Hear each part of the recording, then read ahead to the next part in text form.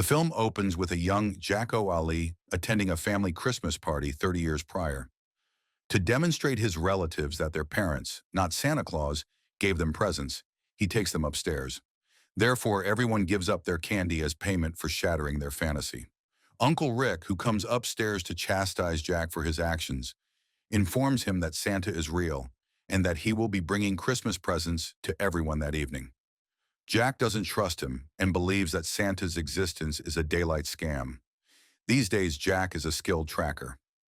After stealing a clearing card from one of the women and using a Christmas tree as a distraction to get past security, he enters a mall and inserts a device into the computer connections.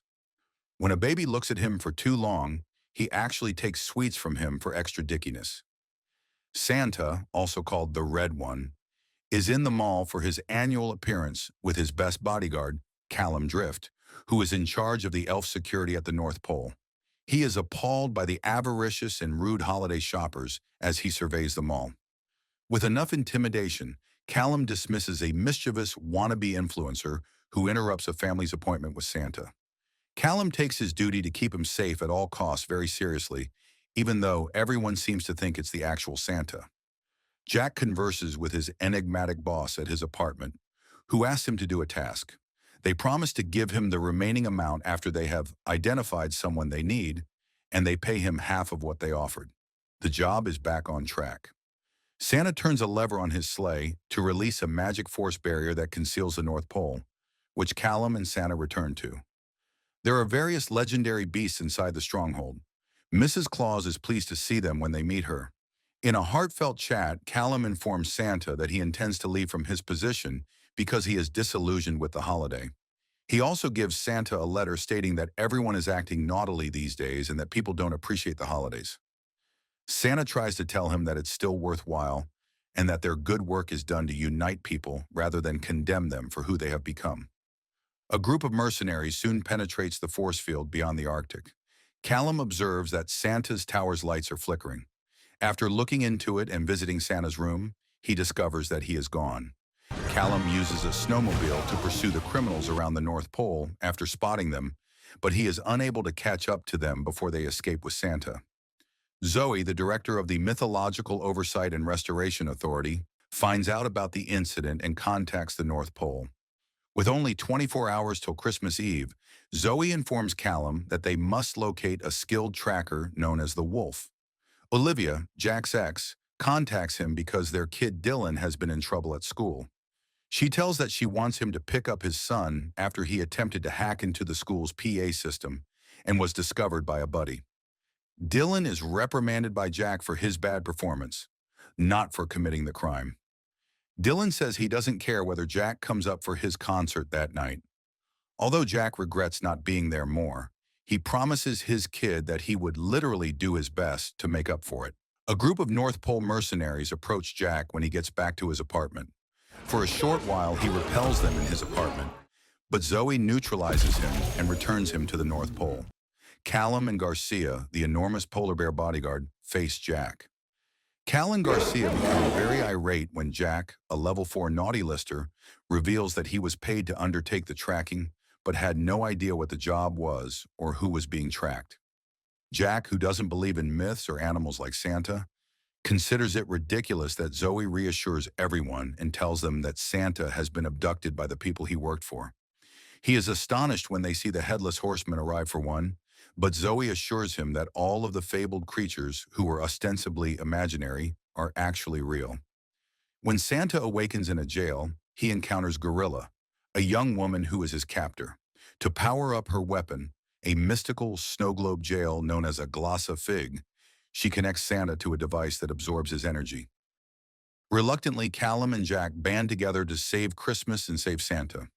They begin by transforming a toy car into their vehicle through a gateway in a toy store.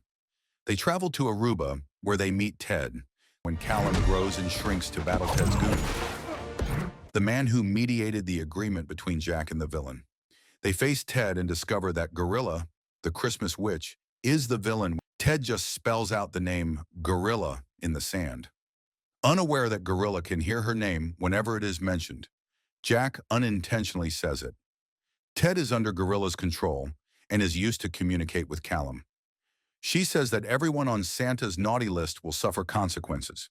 An ice cream truck appears from the sea a little while later. Three enormous, hideous snowmen emerge and pursue Jack and Callum. They keep reassembling themselves despite the two's attempts to fight them. Realizing that this was their weakness, Callum destroys the first one by knocking off its carrot nose. Jack throws a bottle of booze and a propane tank onto an open barbecue, causing it to explode and destroy the second. Callum also cuts off the nose of the third one before it can ensnare Jack in a freezing puddle. Ted is sadly frozen and unable to share further details at this time. Callum tells Zoe that Santa's estranged brother is working with Gorilla and that MOA lacks the authority to visit the brother's hideout, but that he and Jack would enter covertly. Abel, one of Gorilla's employees, is given the globe as a gift, and when he touches it, he becomes trapped inside the glossifig.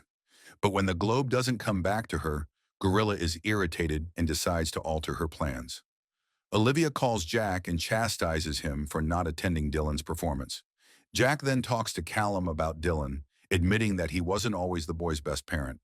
The pair reach Santa's brother's hideaway, which is actually Krampus's lair. When Jack tries to remove a chunk of gold from the lair, he unintentionally alerts Krampus and his henchmen to their presence. Before being taken to see Krampus, they are in prison. Callum informs Krampus that his brother needs him and tries to explain the situation. Jack challenges Krampus to play Krampus slap with Callum, which entails taking a forceful slap from Krampus. But Krampus doesn't care and intends to keep Callum as a prisoner. Despite Callum's repeated attempts to invoke Krampus's better nature, Krampus simply slaps Callum so forcefully that he takes off. Jack activates an arm brace on Callum before he leaves again, enabling him to strike Krampus with such force that he falls to the ground, allowing both Callum and Jack to flee. Callum praises Jack's brilliant concept. The two find a package from Gorilla addressed to Jack when they get back to their car, but he won't open it. Thereafter, Jack receives a video call from Dylan, who is upset that he failed to attend the performance he had previously informed him about, and that he was left with his own parcel that included the glossifig. It was already too late when Jack tried to tell his son not to open it. Dylan teleports to Gorilla's lair after touching it, while Jack is forced to grab his own globe and pursue Dylan. Callum is forced to go look for them.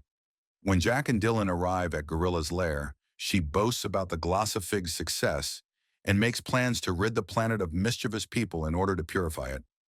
Jack apologizes to Dylan for being a horrible parent after they go. Jack's capacity to change his bad behavior enables them to mature and leave the globes, and Dylan forgives him. Callum discovers that Jack and Dylan are at the North Pole because Zoe had placed a tracker on him earlier. This indicates that Gorilla never removed Santa from the location. They also understand that Gorilla's shape-shifting henchmen have taken over the North Pole and are posing as Mrs. Claus and other security personnel.